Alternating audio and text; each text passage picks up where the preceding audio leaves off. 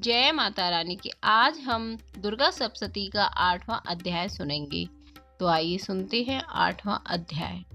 ऋषि कहते हैं, चंड और मुंड नामक दैत्यों के मारे जाने तथा बहुत सी सेना का संहार हो जाने पर दैत्यों के राजा प्रतापी शुंभ के मन में बड़ा क्रोध हुआ और उसने दैत्यों की संपूर्ण सेना को युद्ध के लिए कूच करने की आज्ञा दी। वह बोला, आज अदायुद्ध उनके 86 दैत्य सेनापति अपनी सेनाओं के साथ युद्ध के लिए प्रस्थान करेंगे। कंबु नाम वाले दैत्यों की 84 सेना नायक अपनी वाहिनी से गिरे हुए यात्रा करें। 50 कोटि वीर्य कुल के और 100 धूम्र कुल के असुर सेनापति मेरी आज्ञा से सेना सहित कूच करें। कालक, दोहर्द, मौर्य और काल के असुर भी युद्ध के लिए तैयार हों, मेरी आज्ञा से तुरंत प्रस्थान करें। भयानक शासन करने वाला असुर राज शंभु इस प्रकार आज्ञा दे सहस्त्रों बड़ी बड़ी सेनाओं के साथ युद्ध के लिए प्रस्तुत हुआ। उसकी अत्यंत भयंकर सेना आती देख चंडिका ने अपने धनुष की टंकार से पृथ्वी और आकाश के बीच का भाग गुंजा दिया। राजन, तदंतर देवी के सिंह ने बड़े बड़े जोर से दहाड़ना आरंभ किया। फिर अंबिका ने घंटे के शब्द से उस ध्वनि को और भी बढ़ा दिया। धनुष की टंकार, सिंह की दहाड़ और घंटे की ध्वनि से संपूर्ण दिशाएं गूंज उठी। उस भयंकर शब्द से काली ने अपने विकराल मुख को और भी बढ़ा दिया तथा इस प्रकार वे विजयिनी हुई। उस तुमुल नाद को सुनकर दैत्यों की सेनाओं ने चारों ओर से आकर चंडिका देवी, सिंह तथा काली देवी को क्रोध पूर्वक घेर लिया।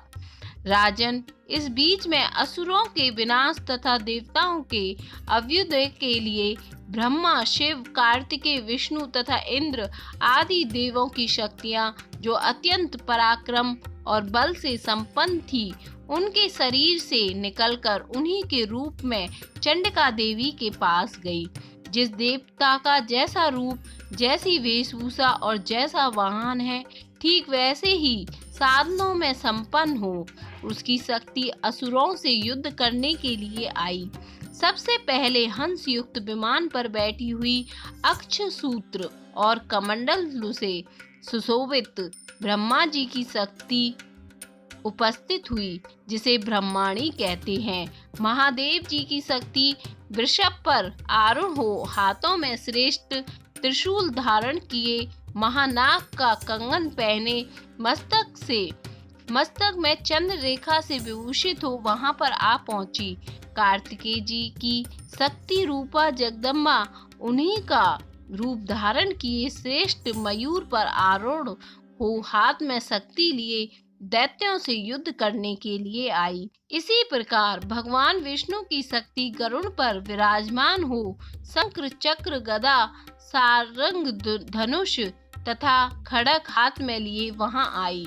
अनुपम यज्ञ वाराह का रूप धारण करने वाली श्री हरि की जो शक्ति है, वह भी 12 शरीर धारण करके वहां उपस्थित हुई।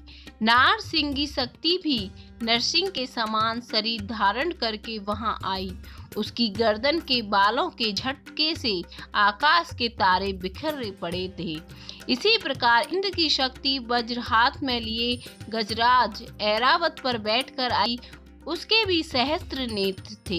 इंद्र का जैसा रूप है वैसा ही उसका भी था।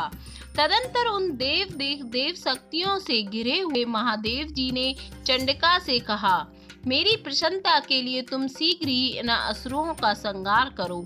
तब देवी के शरीर से अत्यंत भयानक और परम उग्र चंडिका शक्ति प्रकट हुई, जो सैकड़ों गीदड़ियों की भांति आवाज करने वाली थी।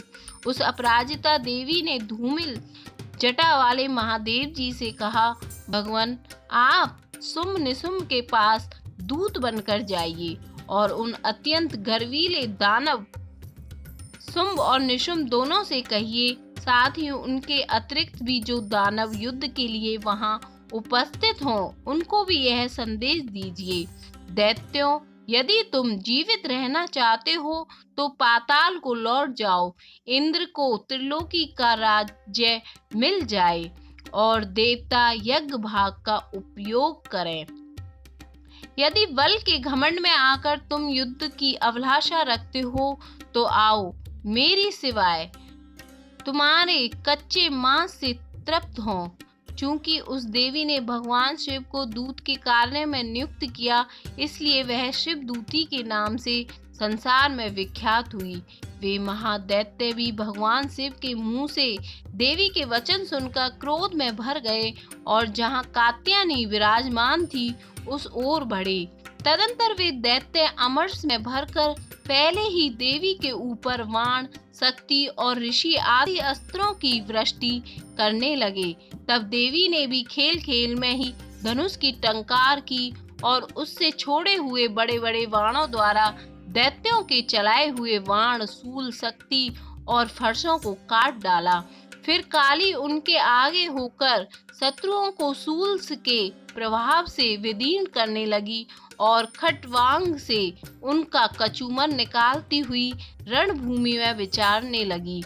ब्रह्माणी भी जिस जिस ओर दौड़ती उसी उसी ओर अपने कमंडलू का जल छिड़क कर शत्रुओं के ओज और पराक्रम को नष्ट कर देती थी। माहेश्वरी ने त्रिशूल से और वैष्णवी ने चक्र से और अत्यंत क्रोध में भरी हुई कुमार कार्तिकेय की शक्ति से दैत्यों का संहार आरंभ किया।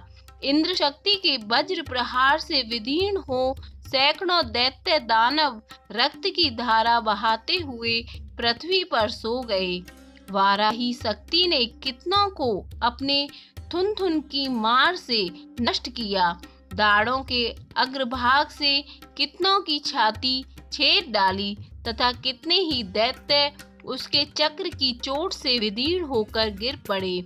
नरसिंगी भी दूसरे महादैत्यों को अपने नखों से विदीर्ण करके खाती और सिंहनाद से दिशाओं और आकाश को गुंजाती हुई युद्ध क्षेत्र में विचरने लगी।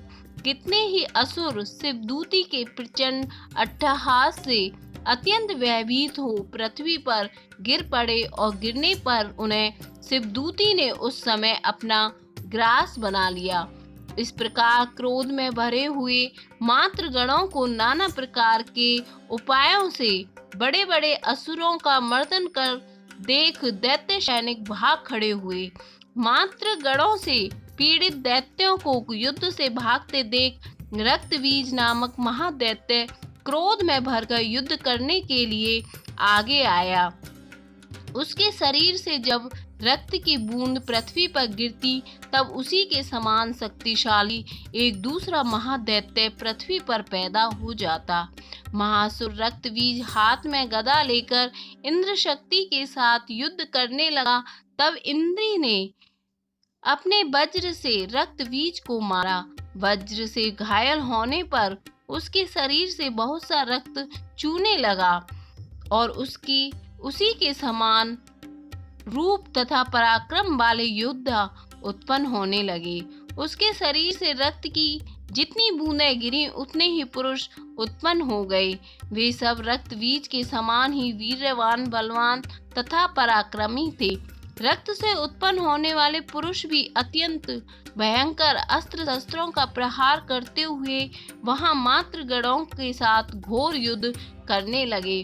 पुनः वज्र के प्रहार से जब उसका मस्तक घायल हुआ तब रक्त बहने लगा और उससे हजारों पुरुष उत्पन्न हो गए। वैष्णवी ने युद्ध में रक्तबीज पर चक्र का प्रहार किया। इंद्री ने उस दैत्य सेनापति को गदा से चोट पहुंचाई।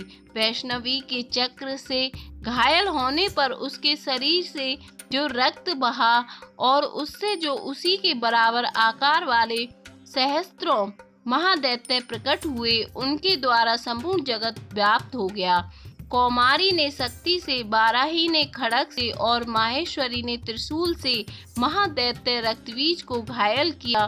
क्रोध में भरे हुए उस महादैत्य रक्तबीज ने गदा से सभी मात्र शक्तियों पर पृथक पृथक प्रहार किया। शक्ति और शूल आदि से अनेक बार घायल होने पर जो उसके शरीर से रक्त की धारा पृथ्वी पर गिरी, उससे भी निश्चय ही उससे भी निश्चय ही सैकड़ों असुर उत्पन्न हुए। इस प्रकार महादैत्य के रक्त से प्रकट हुए असुरों द्वारा संपूर्ण जगत व्याप्त हो गया। इससे उन देवताओं को बड़ा भय हुआ। देवताओं को उदास देख चंडिका ने काली से शीघ्रता पूर्वक कहा, चामुंडे, तुम अपना मुख और भी फैलाओ तथा मेरे शस्त्रपात से गिरने वाले रक्त बिंदुओं और उनसे उत्पन्न होने वाले महादैत्यों को तुम अपने इस उतावले मुंह से खा जाओ।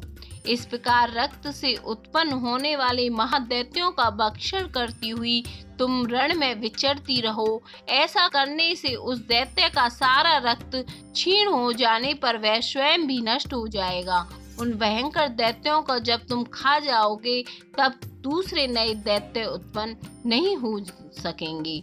काली से यूं कहकर चंडिका देवी ने शूल से रक्तबीज को मारा और काली ने अपने मुख में उसका रक्त ले लिया। तब उसने वहां चंडिका पर गदा से प्रहार किया, किंतु उस गदापात ने देवी को तनिक भी वेदना नहीं पहुंचाई। रक्तबीज के घायल शरीर से बहुत सा रक्त गिरा, किंतु ज्यों ही वह गिरा त्यों ही चामुंडा ने उसे अपने मुख में ले लिया। रक्त गिरने से काली के मुख में जो महादैत्य उत्पन्न हुए उन्हें भी वह चट कर गई और उसने रक्तबीज का रक्त भी पी लिया। तदंतर देवी ने रक्तबीज को, जिसका रक्त चामुंडा ने पी लिया, वज्र, बाण, खड़ग तथा ऋषि आदि से मार डाला।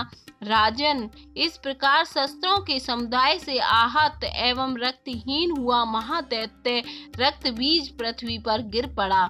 नरेश्वर, इससे देवताओं को अनुपम हर्ष की प्राप्ति हुई और मातृगण उन असुरों के रक्तपान मद से उद्यत सा होकर नृत्य करने लगा। 8वां अध्याय संपन्न।